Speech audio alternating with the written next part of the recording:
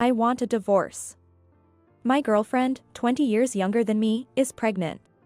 Suddenly, my husband brought his girlfriend home and asked for a divorce. Our marriage had been in shambles for a long time.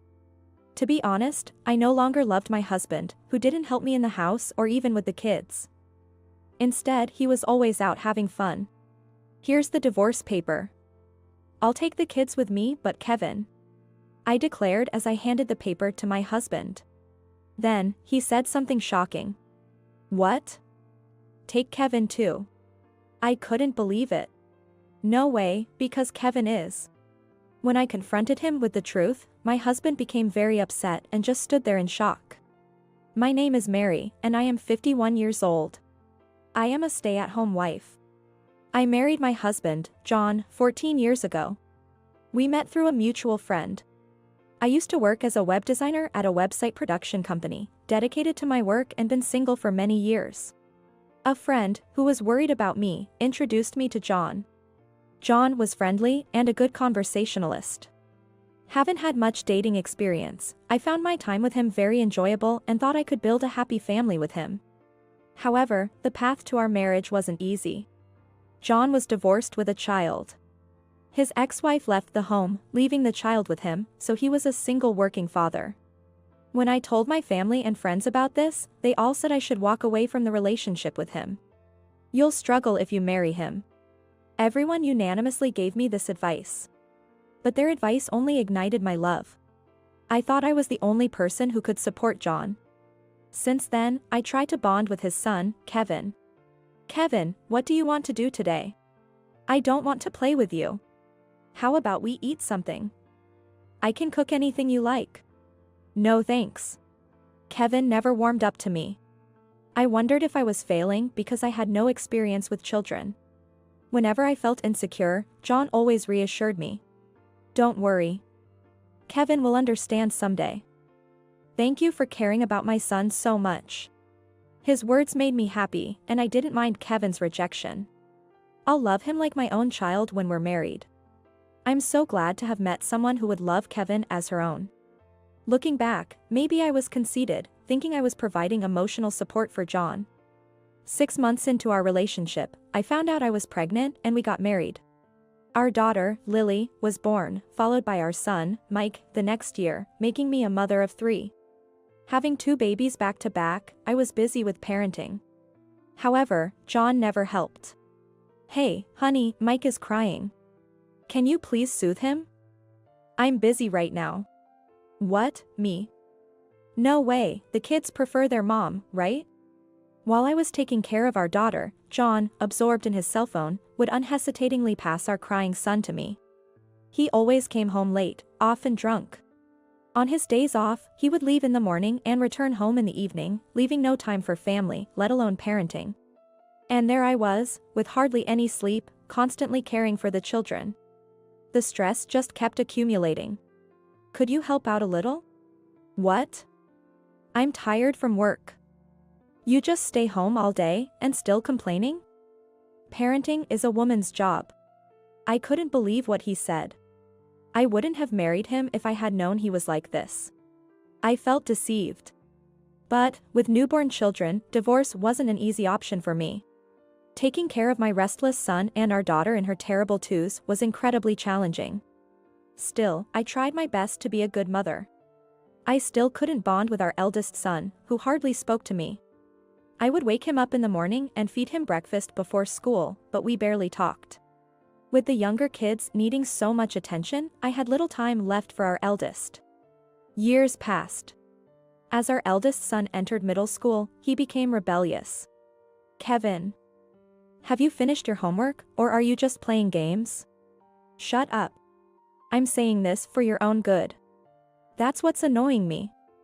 Stop acting like my mom. He was constantly rude, never listening to me. I decided to talk to John about it. Could you talk to Kevin? He's always playing games, not studying, and never listens to anything I say. That's your fault. He doesn't listen to you because of your bad parenting. You've always neglected him. What? How dare you to say that? You never help me with anything, and you're never home. You think I was just out having fun? John got infuriated and stood up. Yes. You're always out drinking. You never give me a hand, even when I'm busy. I have to socialize with my colleagues. Don't act all high and mighty while you're living off me. I was left speechless. I had to quit my job because it was too demanding. We lived solely on the money John provided, which was just the bare minimum. Our budget was always tight. And I had no money of my own to spend. So, whenever he brought up the topic of money, I was left speechless. However, our eldest son's behavior was getting worse. He would stay out late at night, although he was only a teenager. I feared he might end up involved in serious delinquency. I tried hard to persuade our eldest son and John, but they wouldn't listen. John and I would often end up fighting. Then, he started staying away from home more often. This situation continued for years. I was over 50, and our eldest son was in his senior year of high school. I had hoped we could understand each other once his rebellious phase was over, but that wasn't the case. He either ignored me or responded with rude remarks. We couldn't have a proper conversation. John began coming home in the mornings, and our marital relationship was in shambles. Then, one day, John brought a young woman home. Who is this? My girlfriend. She is 20 years younger than me, and pregnant, so I want a divorce. He said, looking straight at me. I wasn't surprised to hear about his affair. I had suspected it for a long time. But I couldn't believe how selfish he was to bring his girlfriend to our home, where our children lived. His girlfriend smiled at me. Nice to meet you, I'm Amy. I was amazed at her for smiling at me. She was 35, 20 years younger than John. She was dressed in revealing clothes and wore heavy makeup. A stark contrast to me with my increasing wrinkles.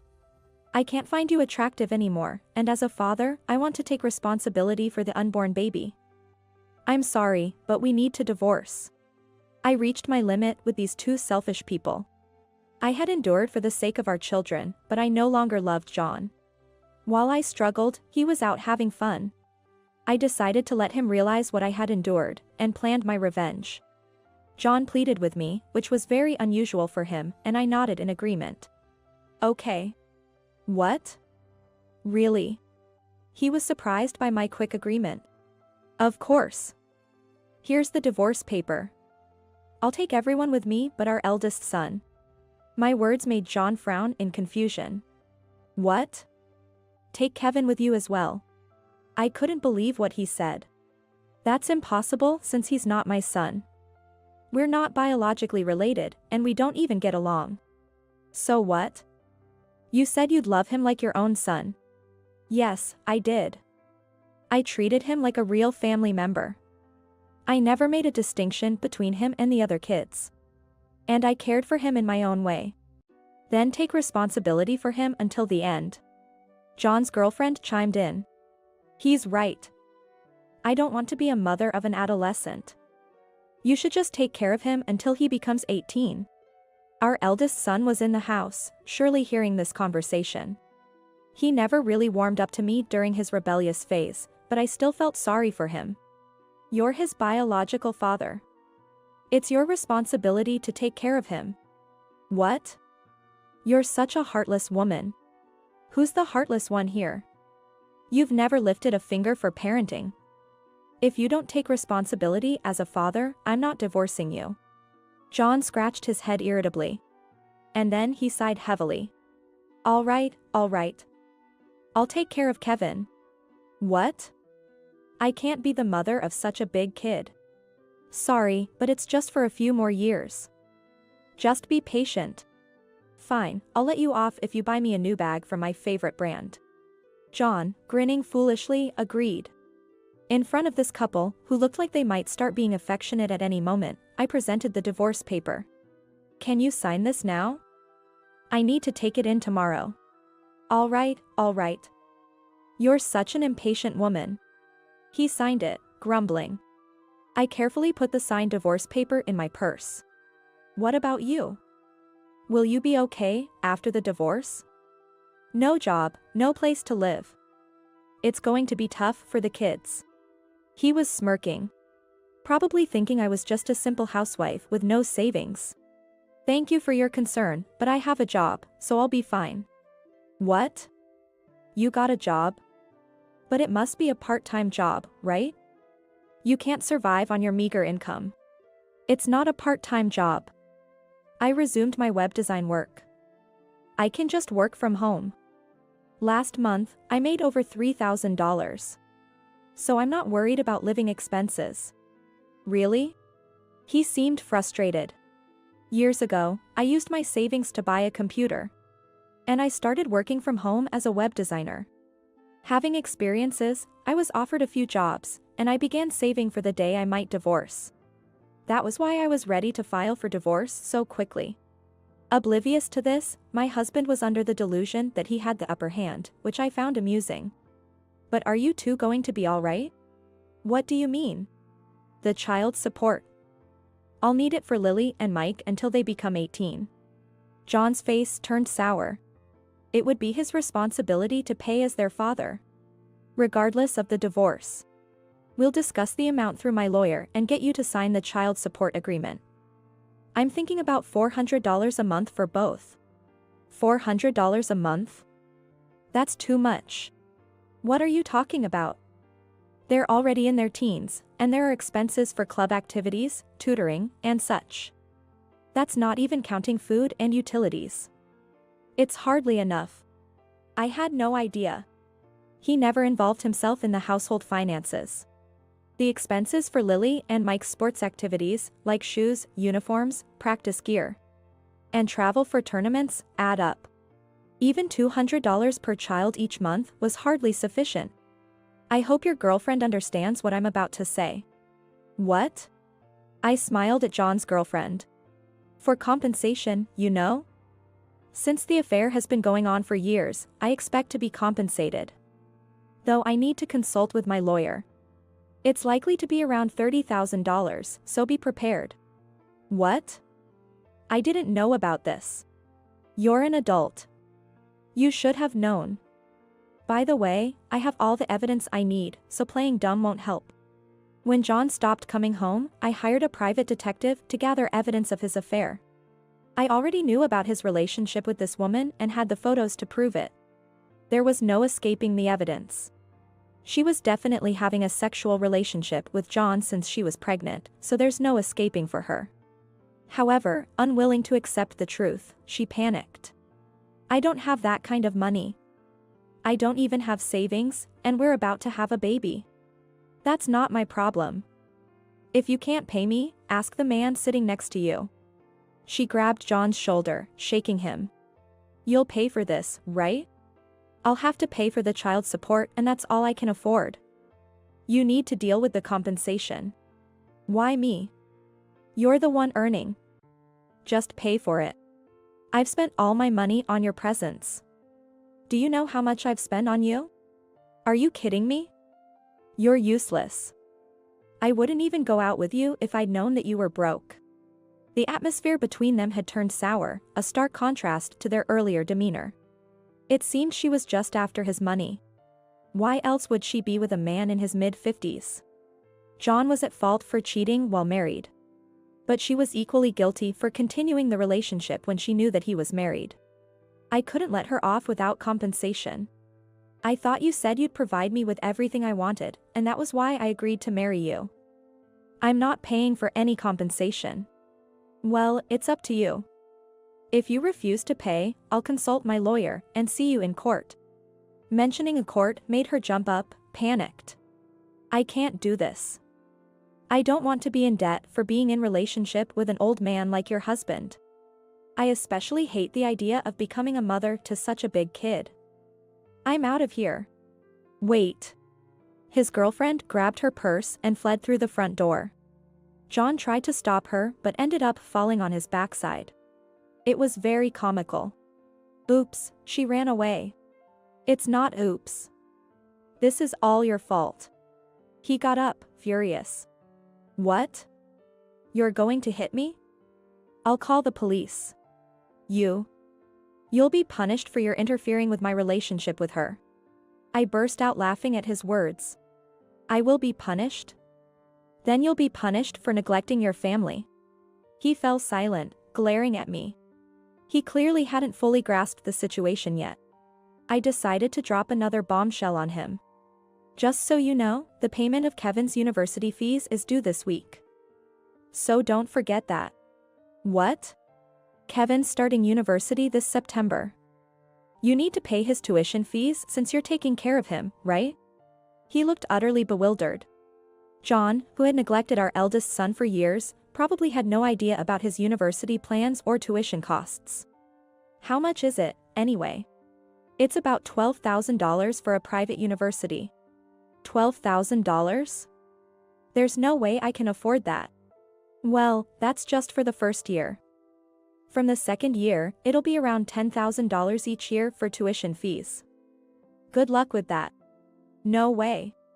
I too was surprised at first, as I myself went to a public university and wasn't aware of the high costs of private ones. John, also graduated from a public university, probably hadn't expected it to be so expensive. "Why did you let him go to such an expensive university?" "It's not my fault. I told Kevin to study, but he wouldn't listen, and you never did anything when I consulted you. So you just enrolled him in any university." "I can't approve that." "Then talk to him yourself. He's the one who decided to go to that university." John fell silent.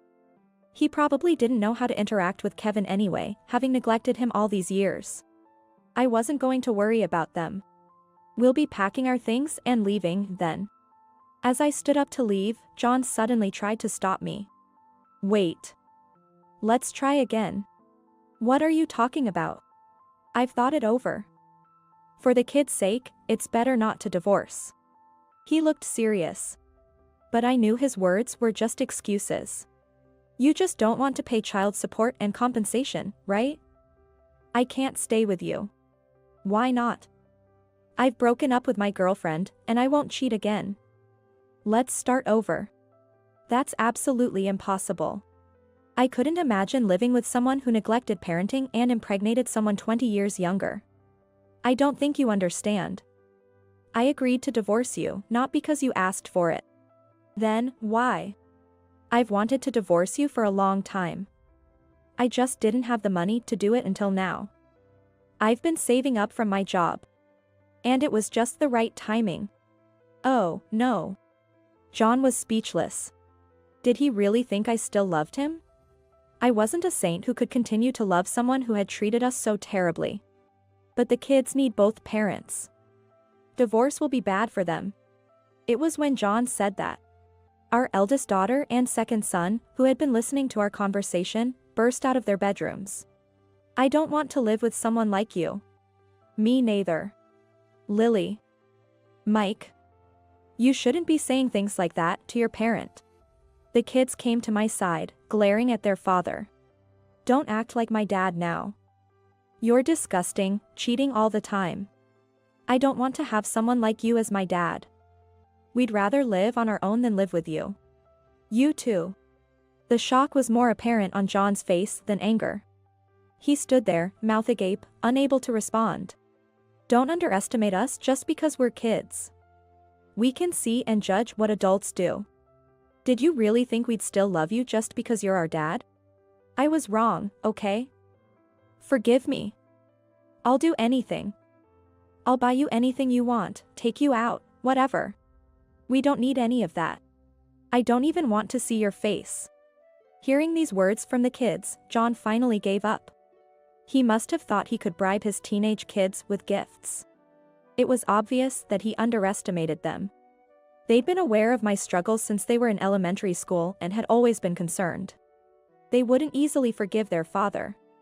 We packed our bags and left without saying a word to John. Eventually, we divorced. Now, he must be struggling with the payments for the compensation and child support. Apparently, his girlfriend also had his baby and is demanding child support from him. Given that the baby was just born, he'll have to keep working even after retiring from his current job. His decision to get involved with a younger woman was foolish indeed. Moreover, since he never did household chores, his house is in chaos. He can't even do laundry properly, wearing wrinkled shirts, and is now shunned by colleagues and neighbors. Abandoned by both his children and his girlfriend, and without any money to spend, he's like a broken man. But that's no longer my concern. Meanwhile, we started our new life. Lily. Mike. You'll be late for your school. Coming. They both hurried to the entrance, backpacks on their shoulders. Kevin. You'll be late too. I know, stop nagging. Kevin, our eldest son, dressed in his suit, headed to the front door. On the day of our divorce, when we were packing to leave, I found Kevin standing in the hallway. He must have been listening to everything. Unable to leave him, I asked, "What do you want to do?" He decided to come with us. Honestly, paying for his university would be a financial stretch for me. But I couldn't abandon him. He was a victim too. Rejected by his biological father and neglected due to my preoccupation with the younger kids, he had a tough time. Kevin, who acted out in his school days, was greatly affected by our family environment. His father was always out and busy. I was overwhelmed with the younger ones. He was alone when he needed affection the most. I couldn't abandon him. When we arrived at our new apartment, Kevin said he'd quit university and work instead. "I don't need you to pay for me. I'll get a job." While I appreciated what he said, I doubted he could find a decent job with just a high school diploma. So, I made a suggestion. "Why don't you study programming?" Programming? Yes. In this internet age, knowing programming could secure a good job. Study hard for a year, then try for a job. I'll cover our living expenses until then. Hearing my suggestion, Kevin surprisingly agreed and diligently studied. In just 6 months, he was skilled enough to get a job, and this year, he was employed as a full-time programmer. My children, in their suits and uniforms, were making noise at the entrance. "Don't talk to Mom like that. It's not nice. Whoever complains won't get a ride in the car." "No way. Please take me. Don't get into an accident, bro." Previously, Lily and Mike were afraid of Kevin and barely spoke to him, but now they have gotten used to their older brother. After putting on their shoes, the three of them turned to look at me. "See you later." They left the house. I never imagined such a day would come. I finally feel like Kevin and I have become a family. I swore to myself to work hard for the happiness of my children. Don't you know someone like this? Women who, in front of men they like or aim to impress, raise their voice tone and easily say things that are not their true feelings. She's what you might call a wolf in sheep's clothing. While this may be a form of flattery, it's a different story if they completely change their behavior depending on the situation or the person they're dealing with. Two-faced people always end up causing harm to someone behind the scenes. The story I'm about to tell is about an experience I had as a victim. My name is Emily. 7 years ago, I was discussing marrying my boyfriend of 3 years, Bob, who was the same age as me. And we were planning to have our wedding in the fall. At that time, we found out his older brother Nathan was also planning to get married around the same period. Although it was a happy coincidence to have such events overlap, we thought it might be best to avoid the same time frame considering the financial burden on those invited. After discussing, it was decided that Nathan, being the eldest, would have his wedding first. And so, Nancy, 2 years younger than me, became my sister-in-law. Nancy was very kind and treated me like a younger sister. I thought we would get along well after the wedding. However, her attitude changed drastically 6 months after her marriage. It happened on the day Bob and I, who had married later than the elder couple, returned from our domestic honeymoon and visited his parents' house. Grandma, Bob and Emily are back from their honeymoon. When my mother-in-law and called out loudly, the person who emerged from the back room was my 80-year-old grandmother-in-law Sarah, who lives with my in-laws. "Bob, Emily, welcome back," she greeted us. "I brought back some cookies that you like, Sarah," I said. As I gave the souvenir to Sarah, she smiled happily. "Bob, you really found a great wife. You even considered me, an older woman, during your wedding." It was a dignified ceremony with just family. And the meal was traditional American cuisine. "It's rare for young people these days," she praised us. We were enjoying a family gathering at my in-laws' house for the first time since our marriage. Ding dong. That's when Nancy arrived. "Oh, everyone's here having a good time," she remarked. "Nancy, you came at just the right time. Right now, Bob and Emily have just brought back souvenirs from their honeymoon. Would you like to join us for some cookies?" Anne invited. But Nancy declined, saying, "Oh, I'll pass. I just came to drop off the invitation for your birthday party, Anne. I have some errands to run. So I'll be leaving now," and quickly left. I followed her out. "Here's a souvenir." "Sorry, it's nothing special." As I handed her the paper bag filled with sweets, she peeked inside and said with a laugh, "Well, this looks like something you could buy at any train station shop." "I'm sorry." Nancy seemed to have a sharp edge to her words today. I wondered what was going on. I thought maybe I had done something to upset her, but I couldn't think of anything. Maybe she was just in a bad mood. But I was left feeling unsettled. 2 weeks later, when we went to the restaurant Nancy had reserved for Anne's birthday celebration, we found my in-laws, Nathan and Nancy, waiting. Huh? I was puzzled by the absence of Sarah. Just as I was about to ask, Nancy interrupted me and asked her father-in-law Tom. "Now that everyone's here, Tom, could you please say a few words for the toast?" After we finished the course meal and it was time for dessert, Nancy said. "And this is a birthday present from Nathan and me," Nancy said, handing over a box. Upon opening it, Anne revealed a bag with the logo of a high-end brand. "Oh. Should I really accept such an expensive gift?" she wondered. "We thought it would be perfect for our stylish mom," Nancy explained. Nancy, who had just given Anne the luxurious bag, had also gifted a watch to Tom for his birthday 3 months earlier. Seeing Anne's joy, Nancy's satisfied gaze turned towards me. "Emily, you've prepared something too, haven't you?" she asked. "Yes, I have. It's a bit embarrassing to follow your extravagant gifts, though." When Anne opened the package I handed her, she exclaimed, "Oh, how wonderful. Did you make this by yourself, Emily?" "Yes, I enjoy sewing. I had gifted a handmade apron." Recalling she once saying, "I wonder if there's a more stylish apron out there," I made an apron tailored to her tastes. "Thank you. This is exactly what I wanted. More than anything, the fact that you made it by hand means so much to me," said Anne, delighted. Hearing this, Nancy, who had been listening, smiled and said, "Emily, you're so talented with your hands, I'm envious. Teach me sometime, okay?" Relieved that my handmade gift wasn't a bother, I excused myself to the restroom. While washing my hands, I felt a gaze and looked up to see Nancy glaring at me in the mirror. "There's no need to be so surprised," she said. "Sorry, I didn't realize you were there. Tell me, Emily, about that birthday gift? Did you really think Anne would be pleased with something like that? A handmade apron is so old-fashioned and childish." "It's just too dowdy," Nancy sneered with a mocking laugh. "Ah, I can't stand it. Being around you makes me feel like the poverty is rubbing off on me," she complained. Saying this, she pinched her nose and made a gesture as if waving away a bad smell before leaving the restroom. From that point on, Nancy's behavior towards me changed. She was pleasant in front of the family, but hostile when we were alone.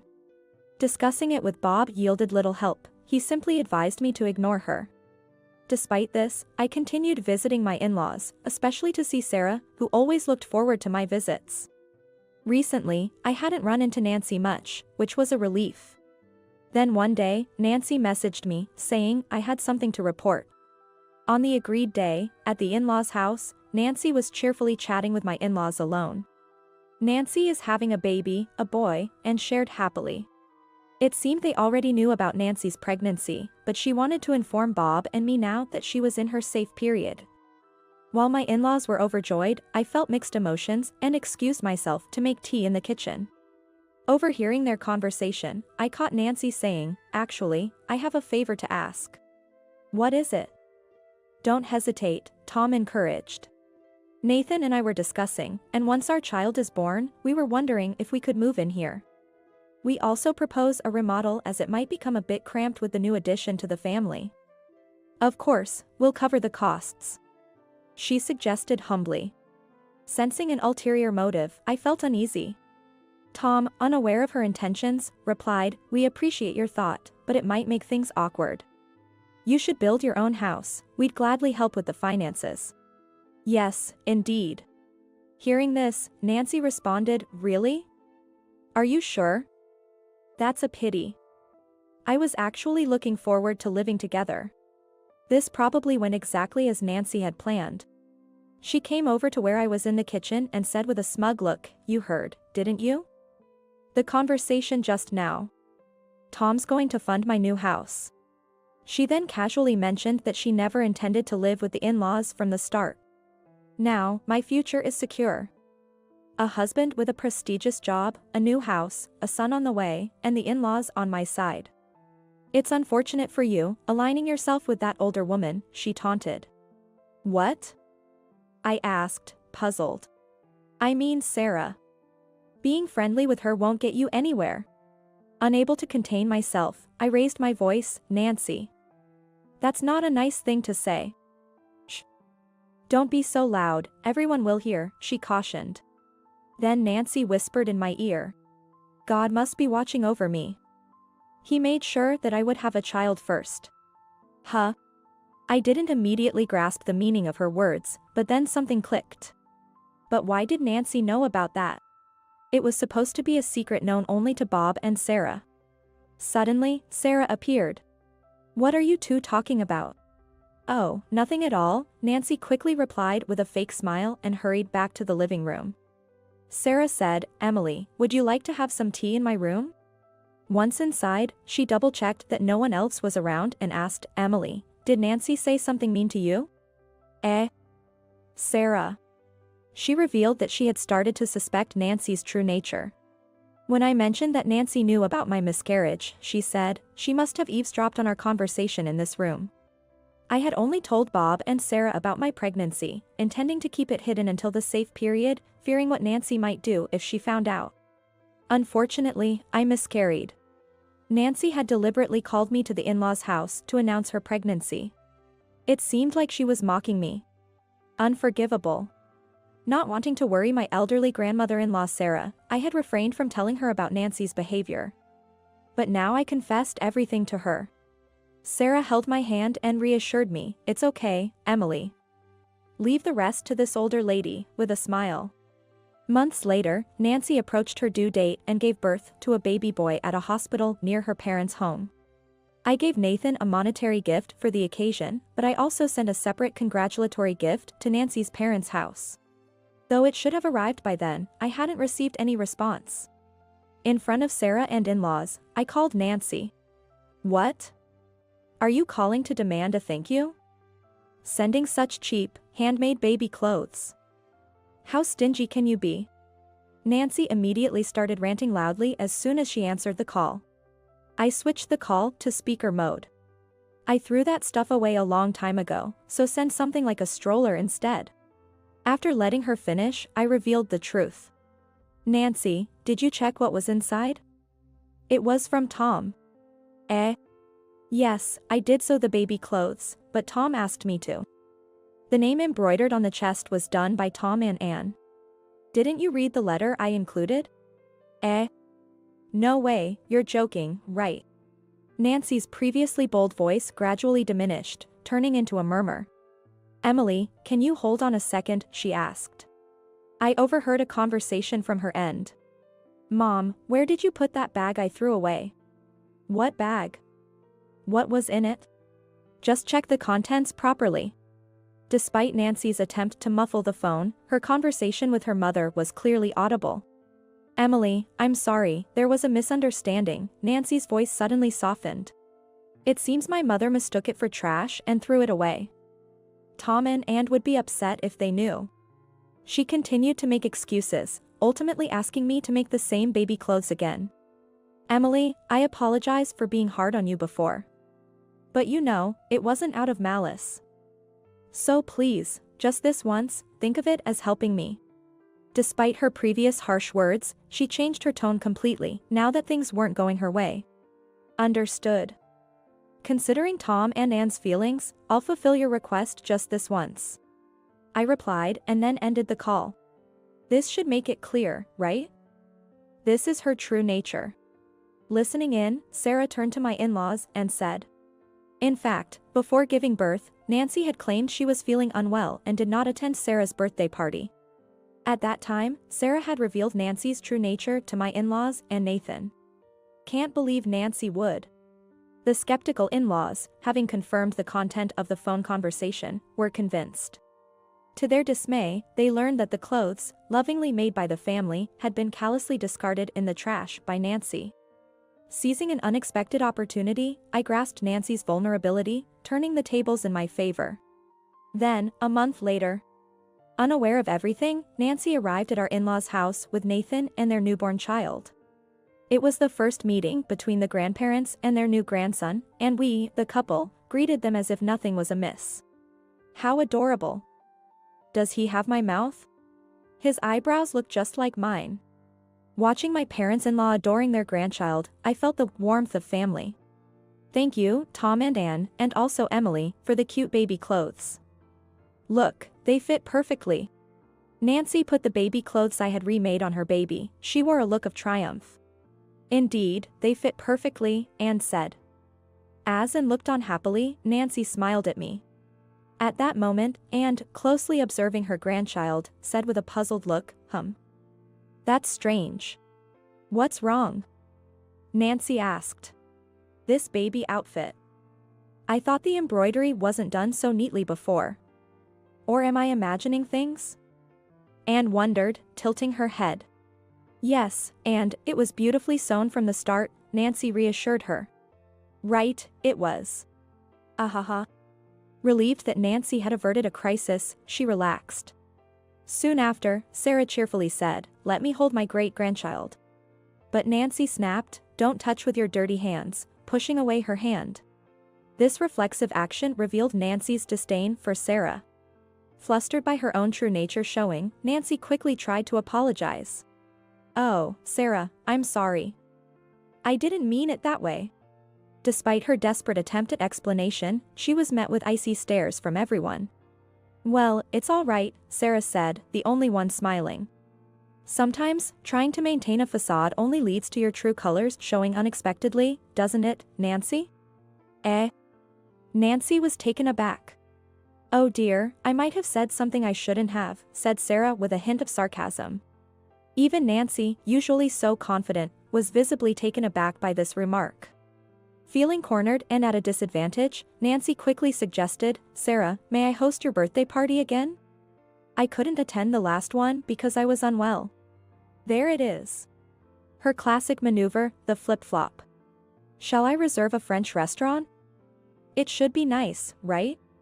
Nancy approached, rubbing her hands together eagerly. No, I prefer homemade meals over eating out. I'd love to try Nancy's cooking, Sarah countered.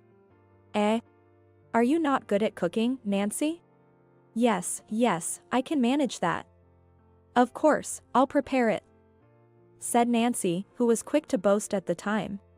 However, she later called me with a request. Actually, I have a favor to ask. Hoping for help with the cooking. Just like with the baby clothes, she probably thought I would bail her out, but I wasn't going to let that happen. Sorry, Nancy, but I can't help you with that. Sarah has tasted my cooking before, and she'll immediately realize if it's not mine. If you can't cook, why not just be honest about it? Resigned to my unexpected refusal to help, Nancy responded, okay, and hung up the phone. Then, a birthday celebration for Sarah, including Nancy, was held again. The table was adorned with luxurious dishes. Did Nancy make all of this? Sarah asked, feigning ignorance. Yes, I hope it suits your taste. Considering it's Nancy, it's likely she did what she had to do. Unable to admit she couldn't cook, she likely just ordered high-end dishes and replated them. Perhaps relieved at saving face, she offered a gift to Sarah, saying, Sarah, it's not much, but please accept this. Wow, this looks like an expensive dress. But it's too fancy for me to wear. I'm sorry, but could you return it to the store? Didn't you like it? If not, I can find something else for you. Confused by the rejected gift, Nancy turned to hear Sarah say, Nancy, would you consider living with us here? That would be the best gift. Eh? If you do that, we can enjoy Nancy's delicious cooking every day. Eh? Live together? I thought you said that wasn't necessary. Right, Tom? Nancy was utterly shaken by the unexpected words from Sarah. It's just something I thought of now. Besides, Nancy was planning to move in too, right? Is there any problem with that? After about 10 seconds of silence, Nancy spoke up. I'm sorry. I actually can't cook at all. But I couldn't refuse Grandma's request, so I ordered a variety of dishes and brought them here. Oh, I see. You should have just been honest with us from the start. Yes, I'm sorry. She apologized for the cooking mishap, seeming eager to avoid any further discussion about moving in, but Sarah pressed on. Don't worry. The idea of moving in was just a joke. What? It was a joke? A look of relief appeared on Nancy's face, but Sarah's attack was unexpected. Listen to the whole story first. I think it's too early to be relieved. Eh? I'd like you not to cross the threshold of this house again.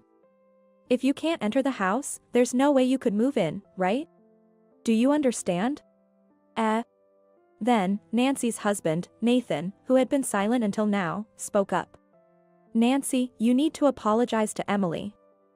Throwing away the clothes she made for the kids. What you did was terrible. Both as a person and as a mother. It was the first time I saw usually quiet Nathan get angry. Apologize. But I didn't do anything wrong. Nancy still refused to admit her wrongdoing. Now it was my turn to deliver the final blow. Nancy, everything has been exposed. Shall I show you the evidence? I showed her my phone. Here, our entire conversation is recorded. Would you like to listen? As I was about to press the button on my phone, she shouted, "Stop," and snatched the phone from my hand. Wah, wah. Startled by her voice, the child sleeping in the next room started crying loudly. What? Everyone is ganging up on me. I'm the one who should be crying. Wah. Seriously? Nancy, too, began to cry along with the child. Everyone was taken aback by this. Nancy, enough is enough. Aren't you ashamed of behaving like a child? Just leave, please. Perhaps it should be said that a word from Nathan silenced the room. Unable to respond, Nancy left the house. The tables had turned on the deceptive Nancy, ending with Nathan giving up on her. Afterwards, Nancy, formally divorced by Nathan, jobless and without savings, demanded alimony in exchange for handing over custody to him. However, Nancy's parents, being sensible, fully apologized for their daughter's behavior and offered to pay the alimony, saying, "It's us who should be paying it." Nancy, taken back to her parents' house, frequently sent messages to Nathan, complaining about how tough her sister-in-law at her parents' home was and how unbearable living with her was. Nathan, fed up with her lack of concern for their child, replied with, "You reap what you sow," and blocked her on his phone. Nathan, living with his son at his parents' home, soon remarried. "Please call me Jenny," said the new sister-in-law, who is 1 year older and is such a kind and cheerful person. My nephew has become completely fond of her too. Thanks to my in-laws' consideration, they now live in an apartment near the family home, as a family of 3. Meanwhile, blessed with 2 daughters, we moved into my in-laws' home in place of Nathan's family. Although my in-laws had said they didn't need to live with us, they now enjoy watching their grandchildren grow up close by. The godmother of my 2 daughters is Sarah.